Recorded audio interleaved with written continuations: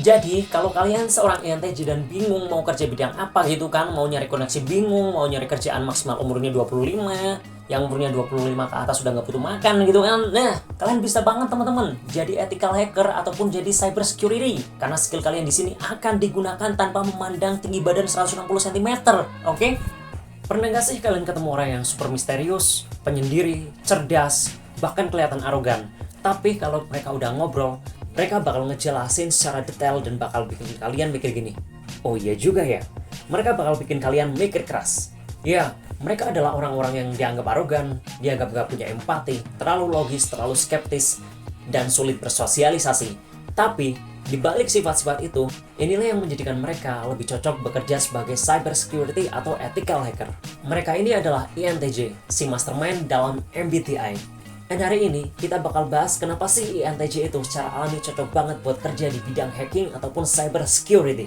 Oke, pertama-tama yang perlu kalian tahu, INTJ itu ada introverted intuition, kemudian ada thinking extrovert, kemudian ada introverted feeling, kemudian ada extroverted sensing teman-teman ya. Yang berarti mereka menggunakan NIDOM, menghubungkan beberapa pola-pola, kemudian menjadikannya satu, menjadikan itu intuisi internal gitu ya, yang menjadikan mereka akan mengalami aha moment itu kayak wah, oh iya, itu karena pola-pola yang tanpa mereka sadari, mereka selalu mengingat atau mengamati tanpa mereka sadari. Yang ini juga dimiliki oleh INFJ ya, ini ada introverted intuition. Kemudian ada extroverted thinking itu mereka mengambil semua pemikiran-pemikiran orang luar, menjadikannya satu dan mengambil kesimpulan. Mereka terbuka terhadap pemikiran-pemikiran baru, ide-ide baru teman-teman. Kemudian ada introverted feeling yang artinya mereka tertutup terkait perasaan. Jadi mereka ini orang-orang yang sulit bersosialisasi secara dasarnya kalau dalam INTJ gitu ya. Ya jadi mereka itu sulit lah, sedikit banyak sulit berempati, sulit mengetahui kode-kode kecil yang misalkan diberikan oleh pasangan mereka gitu ya. Mereka itu suka sesuatu yang logis dan jelas gitu. Misalkan mau makan ya, kalau makan di tempat terserah gitu ya, mereka bakal bingung gitu ya.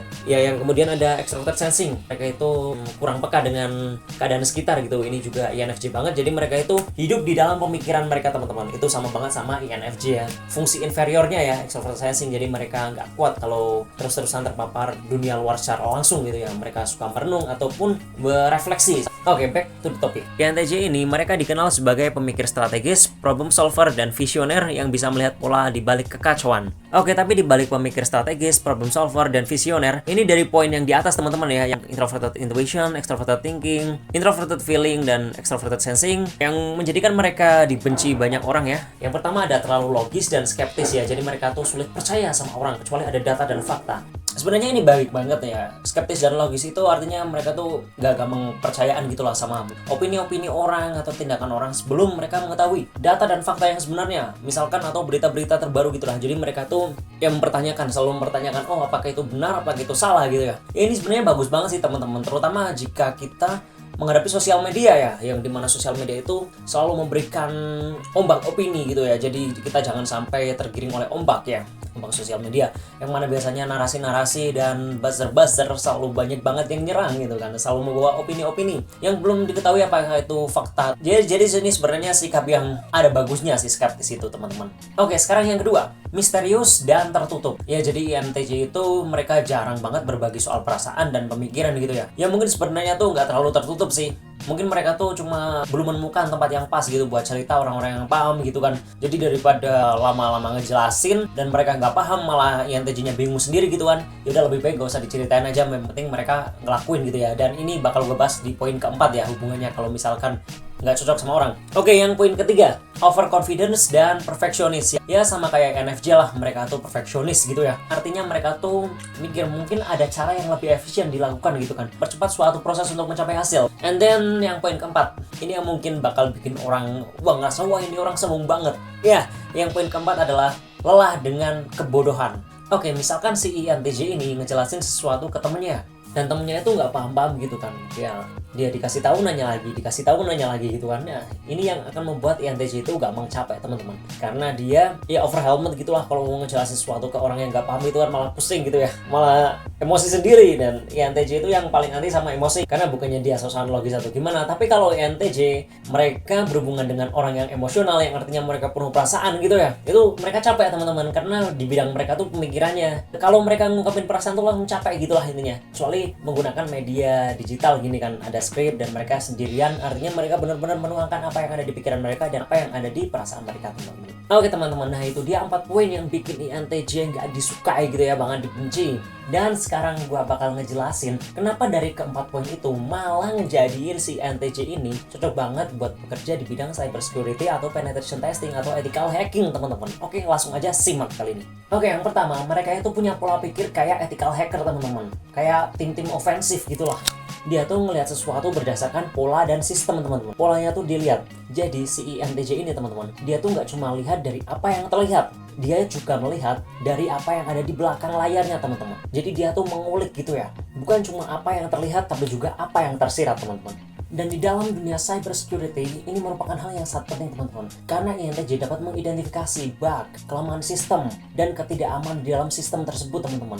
Kan misalkan kalau orang awam ya melihatnya dari depan, oh oke, ini aman ya, diklik ini bisa, ini diklik bisa gitu kan. Tapi kan mereka nggak tahu kan apa ada hijacking atau ada apa gitu kan. Nah INTJ, teman-teman, dia dengan kekuatan seperti itu, dengan kemampuannya, dia bisa melihat di balik layar, dia bisa melihat apa yang sebenarnya ada di dalam sistem tersebut, teman-teman. Ini kalau dalam dunia cybersecurity ada yang namanya reverse engineering, itu kayak bongkar software gitulah agar tahu seluk-beluknya cara kerjanya. Ini bakal gue jelasin nanti ya. Oke, next. Yang poin kedua, skeptis dan gak gampang percaya. Ini kayak poin yang tadi ya, yang gak disukai gitu kan, mereka skeptis. Nah, di dunia ethical hacking, teman-teman, ini merupakan senjata utama yang paling penting banget, asli. Kita itu harus selalu mempertanyakan, teman-teman, kalau di dunia ethical hacking tuh, apakah sistem ini benar-benar aman 100% gitu ya? Karena nggak ada sistem yang aman, selalu ada celah, teman-teman. Inilah kenapa gue selalu bilang gitu kan, sistem is safe gitu. Nah, karena sistem itu nggak ada yang aman sebenarnya, teman-teman. Nah, sikap skeptis dan sering mempertanyakan yang dimiliki oleh kepribadian INTJ ini, teman-teman, ini akan menjadi senjata utama yang bisa mengetahui apakah sistem ini benar-benar tahan dari beberapa serangan gitu minimal ya. Apakah sistem ini dapat benar-benar menjaga data atau privasi kita atau enggak gitu kan.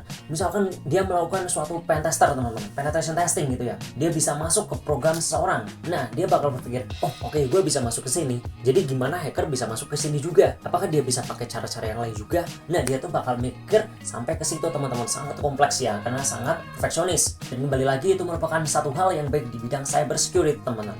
Oke, yang ketiga, cerdas dan cepat belajar. Nah, ini bagus banget ya. Terutama kayak INTJ ataupun INFJ, mereka itu orang-orang yang benar-benar penyendiri gitu, teman-teman ya. Ya bukannya nggak punya teman, tapi itu mereka lebih suka mengeksplor hal-hal baru ya. Karena menurut mereka kalau basa-basi itu nggak ada gunanya. Ya, mungkin kedengaran kayak sombong banget gitu ya. Ya, tapi emang gitu kenyataannya. Orang-orang yang berkepribadian INFJ dan INTJ, mereka tuh lebih suka membicarakan seperti filsafat-filsafat, teori-teori daripada basa-basi yang sering terjadi sehari-hari ya. Kan mungkin mereka berpikir ya udahlah basa-basi sehari-hari terus gitu kan, yang diomong juga ini itu gitu, lebih baik kan belajar hal baru gitu kan ya. Yang penting bisa ngejaga bersosialisasi gitulah, situasi sosial juga mereka juga penting gitu ya. Jangan cuma terpaku sama apa yang ada di pikiran mereka, karena kalau sakit kan mereka juga butuh dokter gitu kan. Karena mereka lapar, mereka juga butuh warung gitu ya, kecuali kalau sekarang lagi puasa ya nggak boleh makan gitu ya. Jadi yang penting bisa menyeimbangkan aja gitulah. Oke, lanjut poin keempat, teman-teman, yaitu ada strategis dan berorientasi pada solusi. Ini INTJ banget, INFJ juga sama. Mereka itu, teman-teman, mereka selalu berpikir, teman-teman,